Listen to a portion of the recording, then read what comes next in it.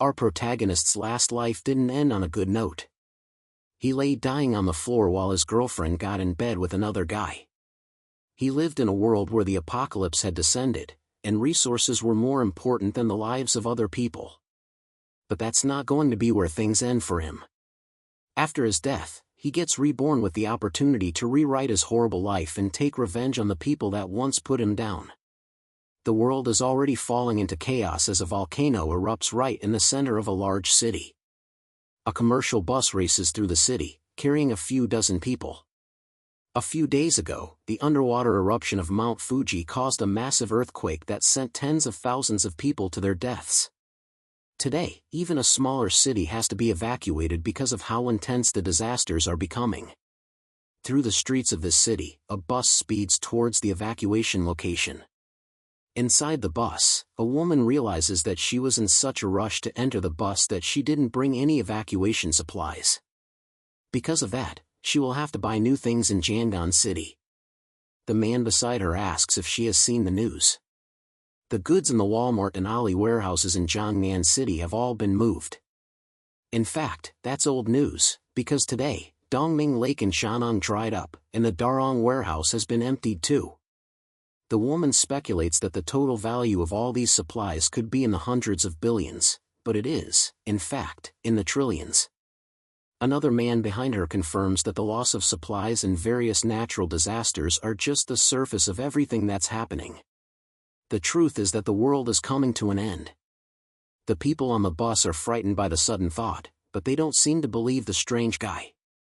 One of them even says that he's actually looking forward to the end of the world. In that scenario, all living beings will become equal. However, that's not true. The strange guy knows that even at the end of the world, there is no day when all living beings become equal. That's because he has personally experienced the end of the world himself. In a previous life, buildings were destroyed and everything that humanity built was erased. On top of that, giant monsters roamed the land, and everything was completely hopeless. In his past life, he was just an ordinary delivery man who was as surprised about the apocalypse happening as anyone else. When the world began to end, there was an abnormal release of solar energy, and it changed multiple things. The atmospheric temperature rose sharply, crustal movements occurred frequently, and monsters hidden underground also came to the surface. Thanks to that, the whole world changed, and in a new world, there is a new order. The extreme scarcity of supplies, even if it's just for a packet of instant noodles, ham sausage, or a block of ice, caused people to give up everything they had. This guy is different from everyone else because he has seen everything for himself. His name is Suchin, and he was reborn 1 month before the start of the apocalypse after dying in his previous life. Thanks to that, he has all the experience, and now he can plan ahead of time to live the best life he can. While he's thinking, the woman from earlier walks up to him to talk. What he said scared her a bit, and she's now looking for someone to be with her during this entire thing. Unfortunately for her, that person isn't going to be him, because he has more important things to do. He leaves her alone and steps off the bus once it gets to his destination. He doesn't need people holding him back when he knows that what's most important in the apocalypse is an abundance of supplies. In his last life, he wasted a lot of time searching for supplies, so this time he needs to be prepared in advance. He has his eyes set on the warehouse he works in as a delivery man. He grabs his work jacket from a hanger by the door and heads into the storage room. A coworker by the door informs him that being 21 seconds late means that he will have half a day's salary deducted from his salary. The guy apologizes and heads into the warehouse to clear it out for himself. In his last life, when the apocalypse came, the boss of this warehouse ran away in advance, and his annual salary went down the drain. So, these supplies are going to be his compensation. To take them all for himself, he activates a power of his called space. This spatial ability allows him to put everything around him into a super-large cubic space with dimensions of tens of thousands of meters in length, width, and height, according to his will. The space unfolds in the warehouse, and he's able to grab lots of supplies, including rice, cooking oil, meat, and other foodstuffs. Everything, including the shelving itself, gets stored in his space. Thanks to this, he manages to purchase a large number of supplies for zero, and thanks to this ability, he was able to dry up 2 entire lakes and plunder several cities that were destined to be destroyed thanks to the apocalypse. Back in his past life, even a packet of instant noodles was a luxury, but thanks to his spatial ability, he's able to store several tons of fresh food in frozen time, meaning that the food remains fresh no matter how long it's kept in there. He finally won't have to eat dirt in the apocalypse to survive like in his previous life. After collecting all the samples, he can finally breathe a sigh of relief, knowing that he's not going to suffer in this new life. While he's checking on all the supplies he'd managed to gather, 3 men walk into the storage area to start clearing out all the supplies. They are all surprised to see the place has been completely emptied and turned into nothing but a massive hall. There's no one else there but the strange guy standing in the center, so they ask him what happened to all the supplies that were in the storage area. He immediately tells them that he has taken everything for himself. The men are surprised by his nonchalant admission, and they rush to catch him, but he easily uses his powers to dodge out of the building and remarks that he won't be late anymore since he's quitting. Then he just barely teleports away before one of the men can grab him. The 3 men are left desperately searching the area for him, but he has completely disappeared. Outside the warehouse, a portal opens up close to the ground, and the man flips out of it and lands safely in an alleyway between the buildings.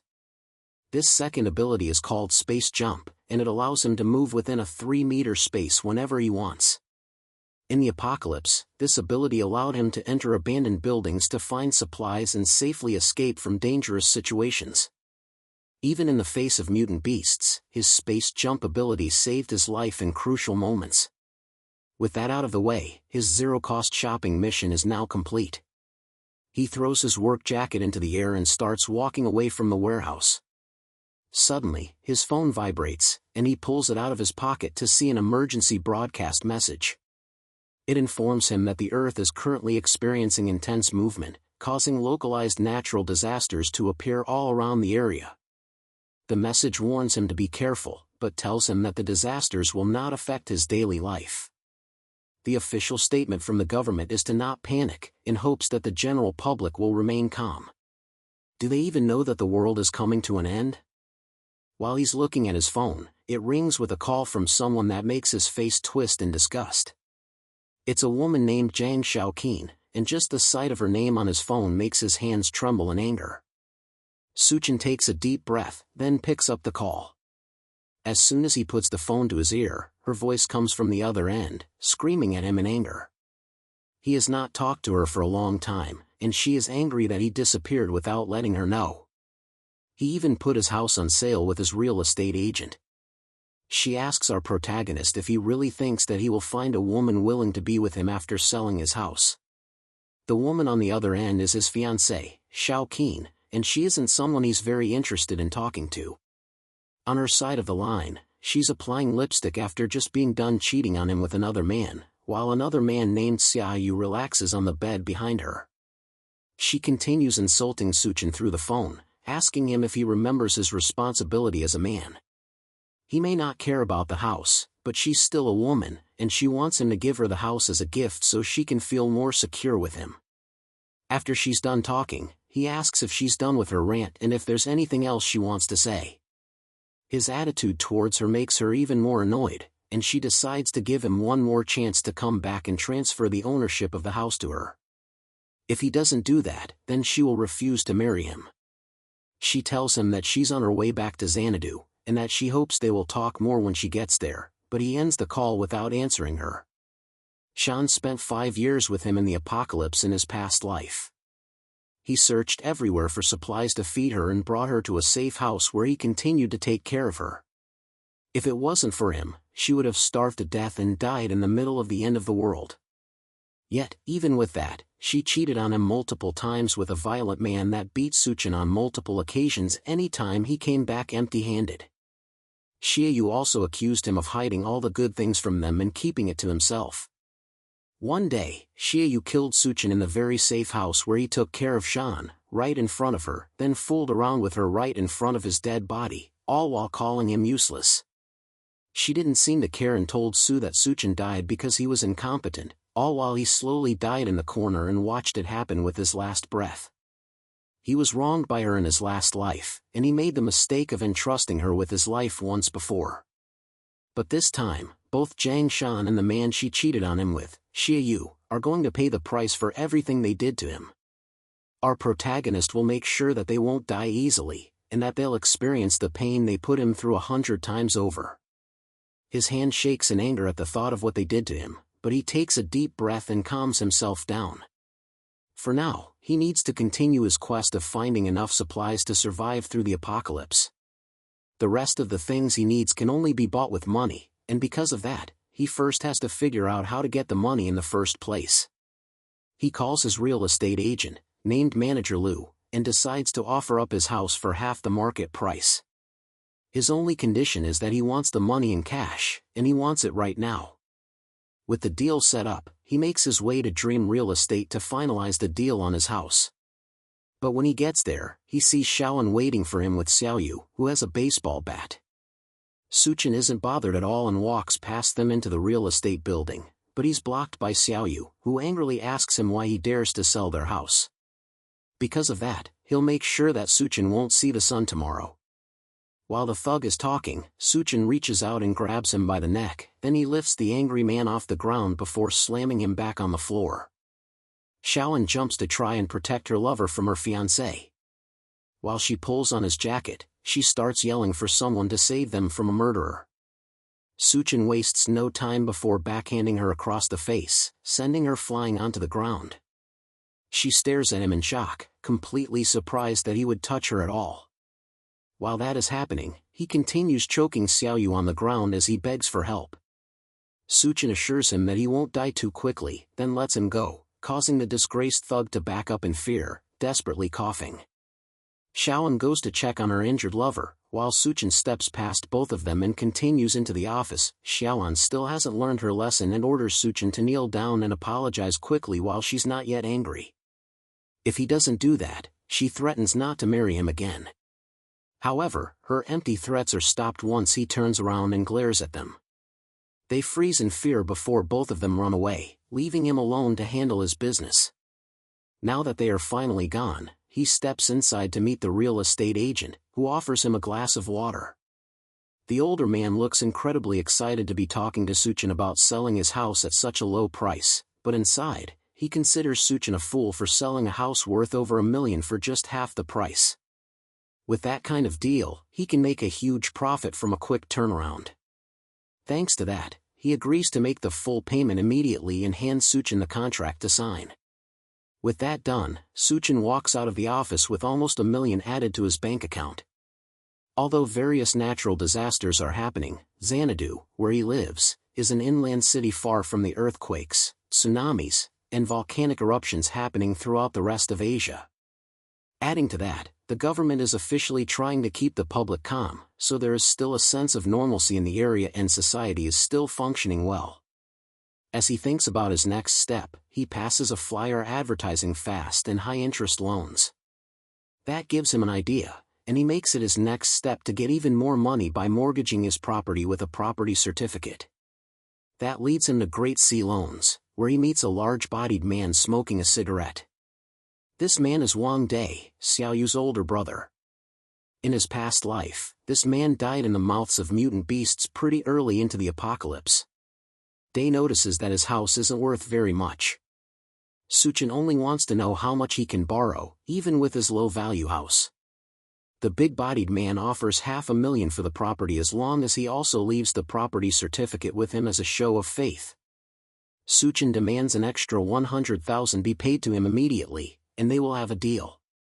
He slams the property certificate on the table and stares straight at the man in front of him while also promising to gather the money in a week. That way, he can make a profit from their exchange and pay everything back at once. Dai is interested in this offer, and it seems that Suchin is also a gambler. As long as he's involved in the trade and there could be a profit, he thinks he might even sell his own parents. The older man thinks Suchin is stupid for believing he can turn his life around in a single day.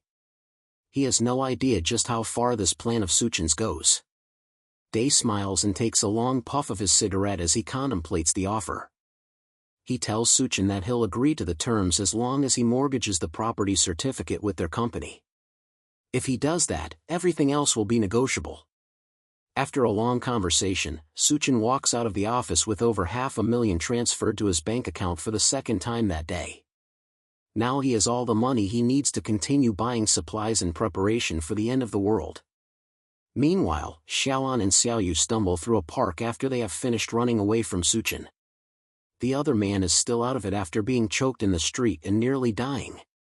As they step out of a taxi, Xiaoan continues to complain about Suchin. All she wants is the house that they both own, and there's nothing wrong with that according to her. Yet despite her simple request, Suchin laid his hands on her, and she can still feel the pain of the slap he gave her not too long ago. For that, she wants to make sure that he pays the price, no matter what. Xiaoyu agrees as well, still holding his neck in pain from what Suchin put him through. He'll make sure Suchin pays the price. He already plans to ask his older brother to take him out.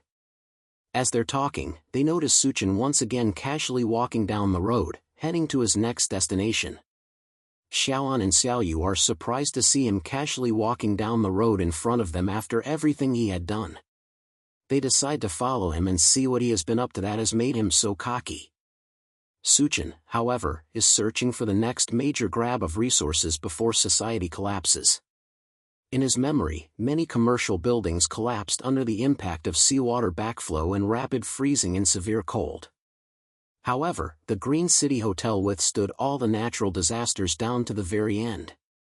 Because of that, he heads there next to figure out how he can take advantage of that.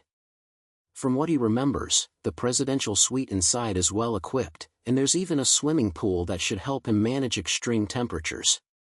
For now, it might be a good idea to use the place as a base, and on top of that, living there for a long time wouldn't be a bad idea. Although many warehouses were emptied before, there's no shortage of hot meals and ingredients in the hotel's warehouse.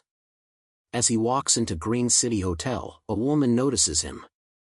She introduces herself as Li Xinrui, the hotel's restaurant manager, and she asks how she can assist him today. Suchin tells her that he wants to order 1,000 tables of food for a banquet and wonders if they can do that for him.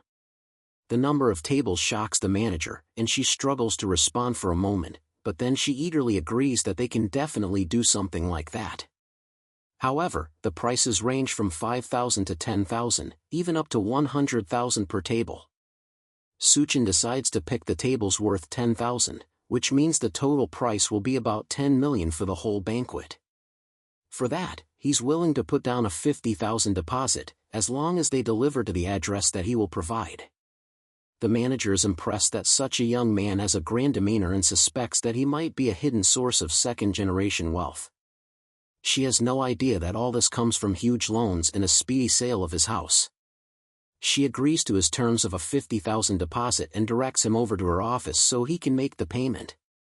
Just the cost of the ingredients for the banquet alone is estimated to be 50,000, but being able to connect with rich people means that she has to be smooth with negotiation. As they walk to her office, she asks Suchin if he's getting married anytime soon, since he has no other excuse for why he would need a huge banquet. He decides to go along with the story that he's getting married and that's why he needs everything. In the meantime, he also asks her to book a presidential suite for him to stay in. With negotiations done, Suchin walks out of the hotel happy that he managed to get 10 million worth of dishes settled for a 50,000 deposit. As for the final payment, by the time the scorching post-apocalyptic world hits, even a single block of ice will be worth billions. The woman inside is also happy with the deal and the fact that he booked the presidential suite. She thinks that he's doing all of this for his honeymoon and that whoever marries him must be truly fortunate. While she sits and thinks to herself, Xiaoan walks into the hotel and asks the manager about Suchin. Manager Lu doesn't immediately answer her and first asks who exactly this newcomer is. Xiaoan answers that she's Suchin's girlfriend and wants to know what he was doing there. Now that the manager has verified her identity, she informs Xiaoan that her boyfriend ordered a banquet of 1,000 tables from the hotel. She even tells her that having a boyfriend like him must be amazing. Meanwhile, in her mind, Manager Lu thinks this girl is only a 7 at best, and it seems like her temperament is way too high. Rich people always seem to like these types of girls. The two are shocked that Suchin could order a 10 million budget banquet, and they don't believe him at first. But then Manager Lu explains that wealthy people love to play the game of hiding their identity. They fear their partners might be after their money, so they only reveal their wealth on the day of the wedding. They still don't believe that someone like Suchin could be wealthy, and Xiaoan remembers that for the past few days, he has done nothing but tried to disappear from their lives and even resorted to cold violence. But Manager Lu proves her point by showing that Suchin transferred 50,000 yuan as a deposit for the banquet. The two leave the hotel to think about the new information they found. Why would Suchin order so many tables from a fancy 5-star hotel? Who is he planning to invite? Shan believes he wants to introduce her to his wealthy circle and then bring her into his life of riches. Xiaoyu asks what they should do now that they know this. While he reaches for her chest with his hand, she slaps his hand away and realizes that she needs to create opportunities for Suchin to get back with her as soon as possible. In her mind, she starts imagining a life of wealth and luxury where she's dressed in fancy clothes, living in a luxurious house, surrounded by maids and butlers catering to her needs. Just the thought of that alone makes her drool, and she can't believe that she would see this kind of opportunity with someone like Suchin. Suchin returns to his old home to continue planning his zero-cost purchase, which, at this point, was pretty much just stealing, since he didn't plan to return anything that he had taken so far, or to pay for any of it either. During his raid, a lot of essential items hadn't been bought yet, and the remaining money was just enough to cover the costs. So, he resorts to another devious method to get money. He can use online loan apps to gain a ton of money quickly and use it to fund the rest of his raid. So, for the whole afternoon, Suchin downloaded more than 80 apps at once and spent a long amount of time taking selfies and gaining loan amounts that ranged from 30,000 yuan and above. By the time he was done, he had gained about 970,000 yuan in loans, and he was ready to start his shopping spree yet again. He collapses on the bed, feeling the urge to pass out, but there was no time to waste at all, and there were still many things to buy. He had to get fireplaces, ice makers, ice blocks, smokeless coal, and other supplies that weren't available in supermarkets. Fortunately, all these things can be bought online, and the delivery is super fast. He's going to need all these things to survive the extreme heat and the severe cold that will kick off the apocalypse. Him making it through the intense temperature changes will completely depend on whether he has enough materials to regulate the weather. So, he gets to work contacting multiple companies to prepare the materials that he would need. He starts by ordering 2,000 tons of smokeless coal and offers to pay 500,000 yuan in deposits. Then, he does the same thing with the ice factory, ordering multiple tons of ice from them as well. A few of the companies request a face-to-face discussion, so he leaves his apartment to head over and talk to the ice makers. As soon as he steps outside, he stumbles into a new face followed by an unwelcome old one. Her name is Lena, and she is a close friend of Xiaoan. In fact, she was the one that introduced them to each other and trapped him in that awful relationship. She walks up to him with a smile while her friend follows closely behind. She then tells him that his girlfriend has been missing him very much. He asks them if she has been missing him, or if she has been missing his house. Lena tries to cover for her friend and tells Suchin that his girlfriend was only testing him, before she accuses him of being clueless and ignoring how sad Shan has been without him. The gold digger of a girlfriend takes the opportunity to latch onto Suchin's arm and plead with him. She asks him to accompany her for a walk and apologizes for scolding him yesterday, in hopes that he won't be mad at her. The act doesn't impress him at all, and he pulls his arm away, telling her that he's busy and she should go and take a stroll by herself. Shan is surprised that Suchin is acting so arrogantly, but Lena snaps her out of it and points out that he's taking a taxi somewhere. This might be her final test, so she encourages Xiaoan to follow him in a different taxi and see where he goes. Suchin makes his way to the ice factory to meet with the manager and place his order. The older gentleman greets him and seems surprised that Suchin is so young, despite all the things that he's buying. The two shake hands, then the younger man follows up the discussion by asking how long it'll take to produce and ship the 2,000 tons of ice that he had ordered.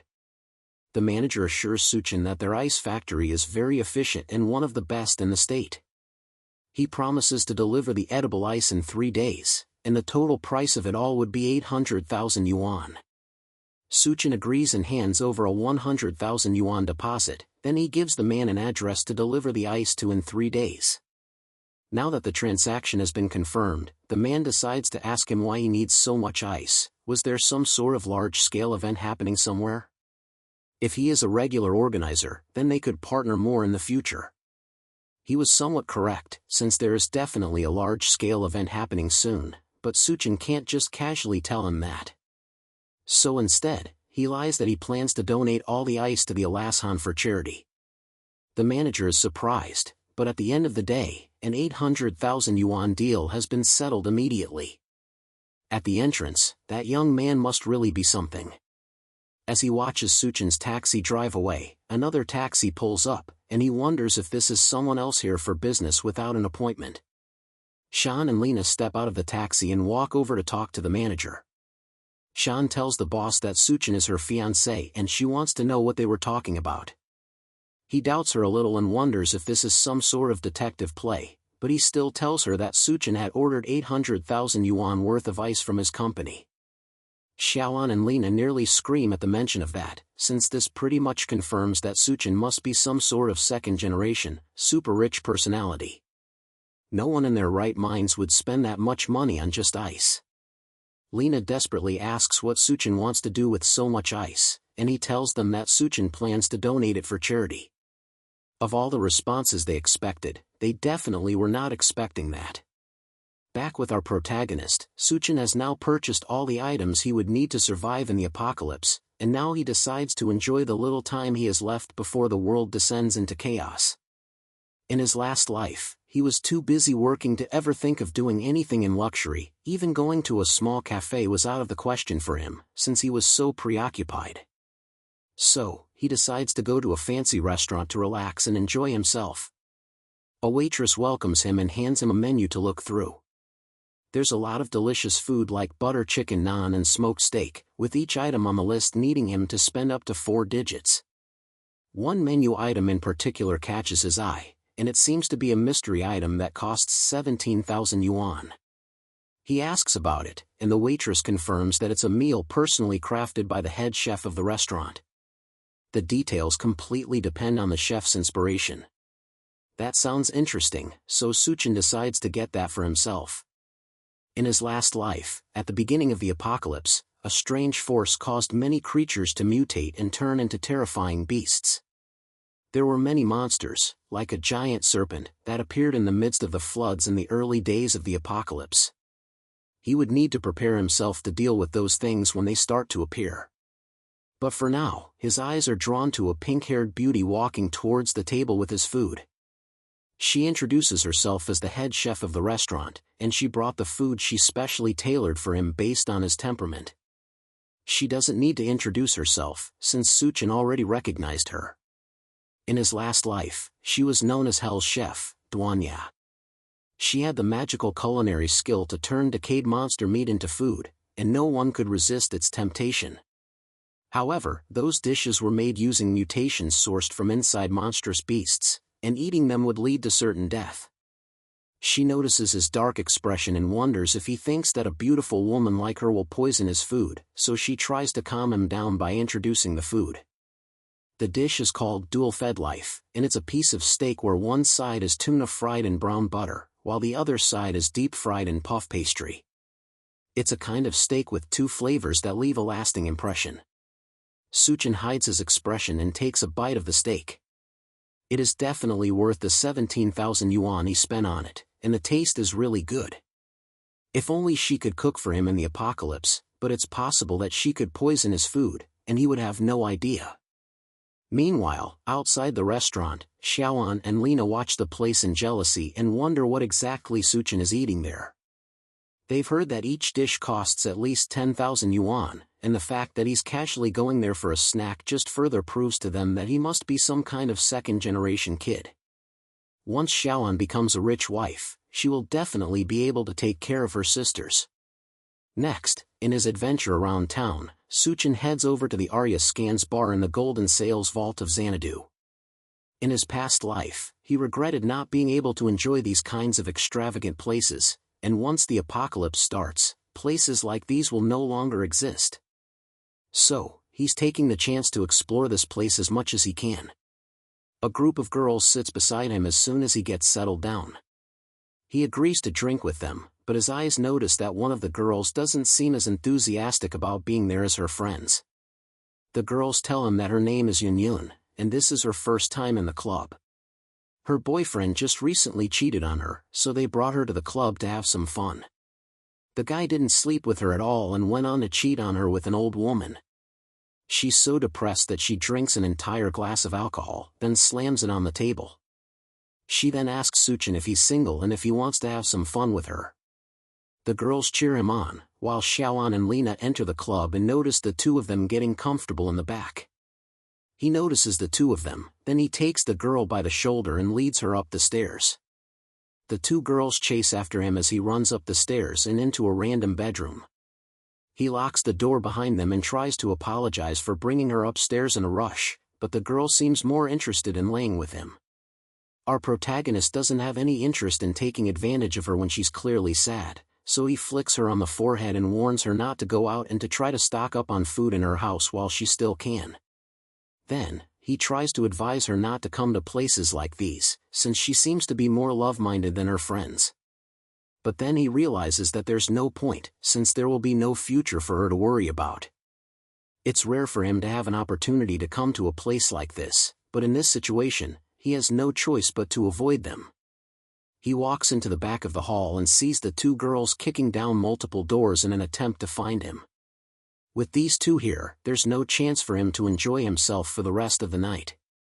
He manages to escape their manhunt for him and heads home to relax and escape from the rampaging girls. The next day, all the things he ordered, including the smokeless charcoal and the ice, were shipped to him. Several trucks show up in front of a warehouse he had rented for the drop-off, and he guides them in to deliver the goods. One of the truckers is concerned that the warehouse doesn't have a refrigerated room, which means that there's a chance that all the ice will melt, but he tells them not to worry about that. He instructs them to move the goods into the warehouse and directs them to specific places in the warehouse. While all of this is happening, Xiaoyu tracks down Xiaoan to tell her that Suchin has rented a large warehouse in the suburbs, and he also bought a lot of large machines that are being moved into the warehouse. She's interested in what he's doing, so she goes over to the warehouse with Lena to see what's going on for herself. The first thing they see as soon as they get there is the massive banquet from the Green City Hotel being delivered and set up. There was even a red carpet laid out, and the whole setup looked like an after-party for a wedding. Lena is convinced that Suchin would propose, and then guests will come in from all directions to see the wedding. Shan is still proud enough to say that even if he proposes, she might not accept it. Then, she asks Lena to accompany her to see just how sincere Suchin will be towards her. They head over, and Xiaoan asks him why exactly he's buying so many things and what he wants to do with so many supplies. He doesn't answer them, then he tells her to help move the boxes into the warehouse. If she helps, then he will tell her everything she needs to know. Shan is disgusted by him suggesting that she would do menial labor. She's planning to become a rich lady, so how can he expect her to do such rough work? Lena reminds her that this is a test for her to see if she's qualified to become a rich lady. Despite still being appalled that she's being told to do grunt work, she decides to just do it for the sake of her future rich girl lifestyle. She manages to lift a heavy box onto her shoulder to prove to him that she's not just a delicate woman. Lena also tries to help out as well, since she knows that second-generation rich people are usually lustful, and there's a chance that she could become a rich lady as well if she played her cards right. All the while, Suchin just laughed at the free labor he was getting from these two. There were so many supplies to move around, and even though the hotel had sent some people to help, it would still take a long time to get everything into the warehouse. They spend the whole day moving things, and by evening, they are done with all the work. Xiaoan is exhausted and angry. She worked all through the day without even a meal. Surely, after all this, she will definitely become a rich lady, just like she has always dreamed. Lena also lays on the floor, exhausted. She can't believe that Suchin made them lift heavy things all through the day, just the ice blocks alone weighed over 100 pounds each. But now, the test is finally over, and he is going to make her his bride. Then they'll have a huge wedding, and all the wealthy guests will start appearing. At least, that's what she thought. When she walked over to confront Suchin, the man is busy paying all the workers huge sums of money as thanks for their hard work. Then he promises to settle the remaining bill during the week, according to their contract. The workers all sing in appreciation before leaving, while Shan leans against a door, waiting for him to propose to her. Suchin walks past her and heads towards the warehouse. On his way, he thanks her for helping, but tells her that she isn't getting any pay for her work, then tells her to leave. Xiaoan desperately asks him to stop playing around with her. There had to be guests coming to see them start their good and happy married life. That's what all these preparations were for, right? Suchin is amused by her thoughts of a good life. He almost wishes that their happily ever after would come, but now not only did he sell his house, he's also in a ton of debt from the multiple loans he has taken out to buy all this stuff. Lena yells in surprise behind them. That had to be impossible. He bought over 10 million yuan worth of food from a restaurant, as well as tens of thousands of other supplies. How could he be broke after all of that? Suchin decides to lie that there's a big boss who wanted to do a good deed, so he decided to help out. The boss wants to bring people from charity together and give them food and supplies. Xiaoan can't take it anymore and lunges at him. She screams that he lied to her and has been leading her on this entire time, but our protagonist easily dodges the attack and tells her that he never lied to her. This entire thing was just her delusion, and she was left thinking something that wasn't true. She continues yelling at him while she lays on the ground. She thought he was a second-generation rich man, but now that she knows that he's broke, she tells him that he can forget about marrying her. That's completely fine with him, since no one would ever care about a gold digger like her. That sends Xiaoan over the edge, and she storms off, vowing that he will regret everything he has done to her. Lena follows behind, but not before warning Suchin that he's finished. Suchin is not even slightly worried about the empty threats. In the apocalypse, the only people that will regret anything are them.